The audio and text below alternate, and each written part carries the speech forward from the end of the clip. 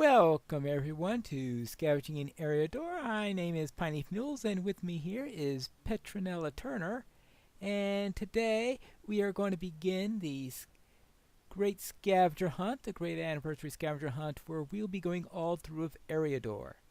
Now this is actually a scaled down version of the scavenger hunt. I have done another one for the full scale version, Scavenging with Pine Leaf, where I go all over Middle Earth.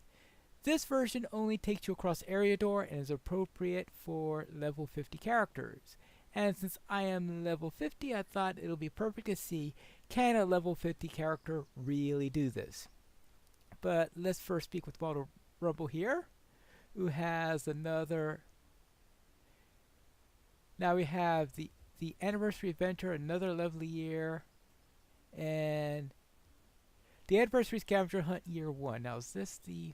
Ribbons? Lists? What does it all mean? I guess I'll find out in a moment, so let's see. I'm not going to read this all since I read it in the original version, but essentially he's complaining about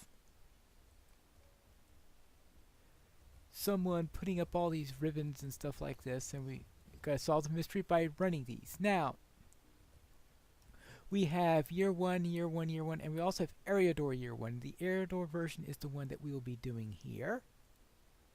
So let's go. Tales, Frodo, towering monuments, and old foes. So therefore, they all relate to the same ones. They are parallel with each other. So that may change if there's someone who can't be an Eriador or something like that. That I'll have to find out in time. But here we go. We'll take the Frodo Tales, the travels for monuments. There are only 3 monuments for that. And then trifles, ode foes. These 4 here. We'll see whether or not we could get it. There are a lot more of them in the original version, but of course we won't be able to handle all of those. Now let's see, whom should we start with? Actually, there is one at Bag End for the remembrances of Frodo, so therefore, yes, let us head to Bag End since we happen to be right next to it. Now, I am doing these all together at once, unlike the version that I'm doing for all of Middle Earth. Now, all of Middle Earth 1, I did it in 3 episodes, and I made sure that I did them separately, which as a result meant that I didn't necessarily do it in the most efficient manner, but I did get to show what was needed for each of them. Now in this case, since I am doing them together, I might be able to do some of them more efficiently, though I suspect I will occasionally forget a few things. Here's another remembrance here at Bag End. Remembering Schmog, I guess, due to the painting that we have up here. Unless that's something for the Green Dragon Inn. No, I'm sure though that Bilbo would have bought the painting just to remember everything on here. No, this must be where, maybe where he had his last dinner here or something like that. There we go. We recall all our adventures past and maybe a little bit of Bilbo's also. But that takes care of the beginning of that. Now we'd have to speak with Lobelia Sackville Baggins. And she is conveniently out here. Hello. Well, the gall of some folk. Can you believe it? They left their dirty dishes. Well, good riddance to lot, I say. Well, yeah. There you go. That takes care of the Bag End stuff. Now, let's see. We need to go to Farmer Maggot's house, it looks like.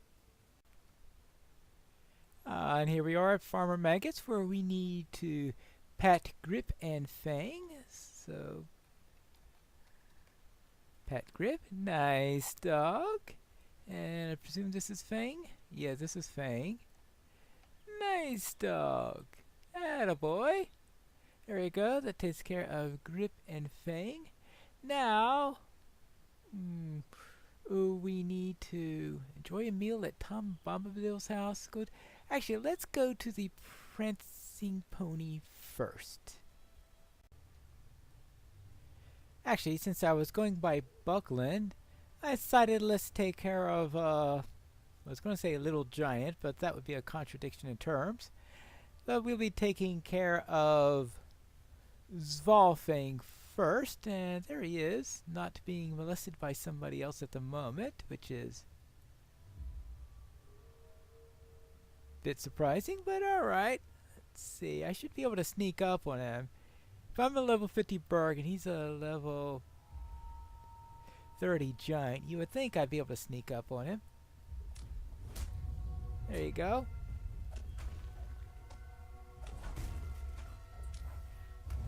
Hello there.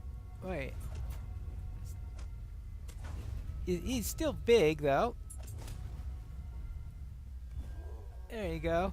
You killed Svalfang again. I have a feeling that the again isn't quite true. I have a feeling I didn't do that quest before on this character. But that's one of the 4 enemies we have to kill. And on the way to Bree from the giant, I found Tom Bombadil, and I'm supposed to have a meal here. That looks like a meal. I hope Tom doesn't mind. The food is hearty and wholesome. The drink is clear as cold water. Right. As you wish. Now, can we get to breathe this time? And we're finally at the Prancing Pony. And it's time to hop on a table and dance on it. Sounds like a strange thing to do, but then I guess Frodo did it. So let's dance.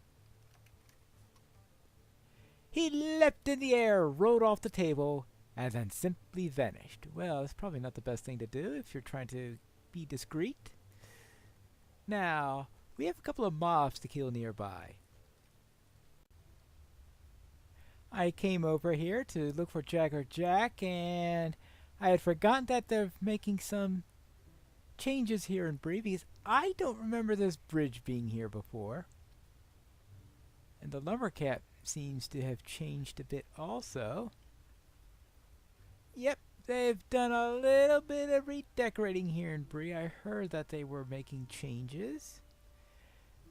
I didn't realize how extensive they were going to be.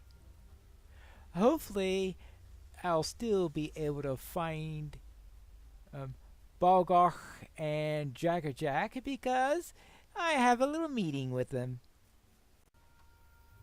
I haven't reached Jagger Jack yet, but we do have our old friend here, Balgoch.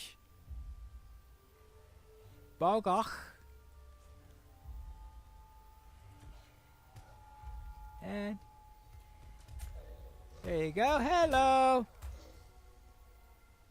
You have defeated Balgoch again. I've gotten revenge against Balgoch. That's what I gotta say about that. Revenge! If not for this character, then I'm sure at least for some other character that was molested by that rascally warg. Now, Jagger Jack should be in here. Can I get up there? No, not quite. Alright, I'll have to go around another way. The long way. I think it's the other way around where you could get out quickly. But Jagger Jack. Oh, there he is. Sneaky, sneaky, sneaky. How the dog changes position. Yeah, right. Okay, goodbye, Jagger. Now, that takes care of most of the enemies I have to defeat. I still got one who I believe is in the Eriador, so that would come much later. We do need to get to Weathertop, though. And while at Weathertop, Frodo, of course, was stabbed, and he, of course, fainted, and he was stabbed here at the Ranger camp. So let us faint a bit. I hope the Ranger has some atlas on him. And the story of Frodo isn't complete without speaking to Frodo himself. Hello. How glad I am that old Gandalf and Strider and my old friends shall be with me when we go, though I wonder how far, and where we shall part ways along the path, if it comes to that. Oh yeah, there'll be a parting of ways eventually. Ooh, and that completes Tails. That's one down. Now I am so stealthy, I don't even have to go into stealth mode to go about these Dower Hands, right? In Grimwater. Now we need to find, there he is, Skithy Blackhand. Time to say good night. You have defeated Skithy Blackhand again. What do you mean again? This is my first time in Eriador. Well, that takes care of the trifles for year one. But now we have 3 more places to visit. And the first place we want to go to is probably the High King's Crossing. Here we are at High King's Crossing, which is such a great monument that I'm hard pressed in order to get a good look at it. It is massive. I was trying to get a good angle to look at it, but I would have to go pretty far away in order to do that. Way up there. But now we need to go to Falconers Tower, which is going to be way down in the North Downs. And here we are in the North Downs, here at the Fields of Fornost, where we are to find the Falconers Tower, which is down this way, I believe. That's something that has always been tricky to remember its location, because outside of the deed for the Falconers Tower, I can't think of too many other reasons why you would come there. Well, that looks like it. See, I was going completely towards the wrong tower, and I said, oh yeah, that looks like it could be a Falconers Tower right there. Certainly more likely than something that's within the middle of Fornost there. And this then we'll get probably credit for a deed there because we haven't been here before. A truly great monument, the Falconers Tower. There we go. We had a good view of that. You can see it on the sunrise. But a perfect place to arrive at dawn, though, would be the Bounder's Bounty statue, which I've saved for last. The sun is getting pretty close to peaking above the horizon, and we are reaching the Shire here in the South Fields. So I think we should have no trouble getting a nice look at the Bounder's Bounty statue, which was for a special event several years ago.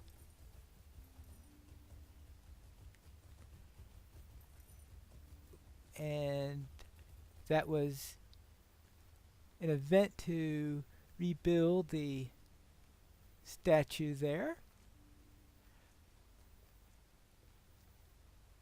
Right over there. And in addition to rebuilding the statue of the founders, later on, then they added the little plaques here for each of the servers when they had the mergers here. So therefore, you have the memory for surrounding. So we have memory. Actually, this was talking about in the Bounder's Bounty, where they're talking about the top players and the for each of the servers there. So these also serve as nice reminders of all of the servers that we had on here. But that it takes care of the travels.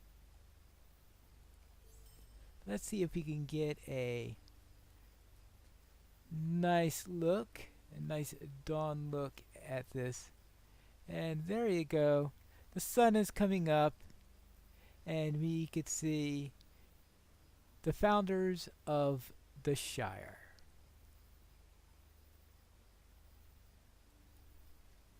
Oops. No, I don't need to speak with the results there. Alright, there we go. Bounty. Let us salute the founding of the Shire and all of those who worked in the Bounter's Bounty. And now it is time for us to head off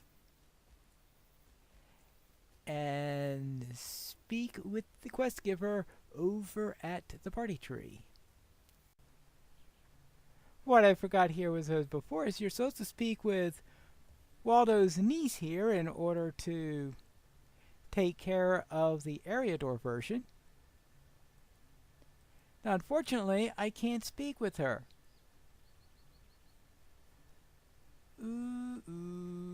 Wait. What, if I cancel this... I hope I didn't lock myself out of doing this quest. Ah, here we go. Hello there. Good day. Might I have a word with you? Ah, you have come to an answer to my correspondence. I must apologize if we're a bit disjointed and rambled here and there.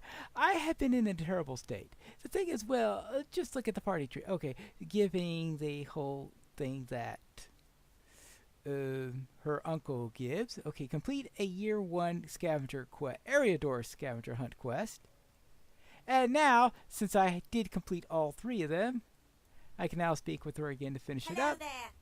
And I get an anniversary token and Farmer Magic's dog. Now, if you do the full version, even if it's just one of the 3, then you get a Stone of Erech in addition to Farmer Magic's dog. But at least we get Farmer Magic's dog, so therefore...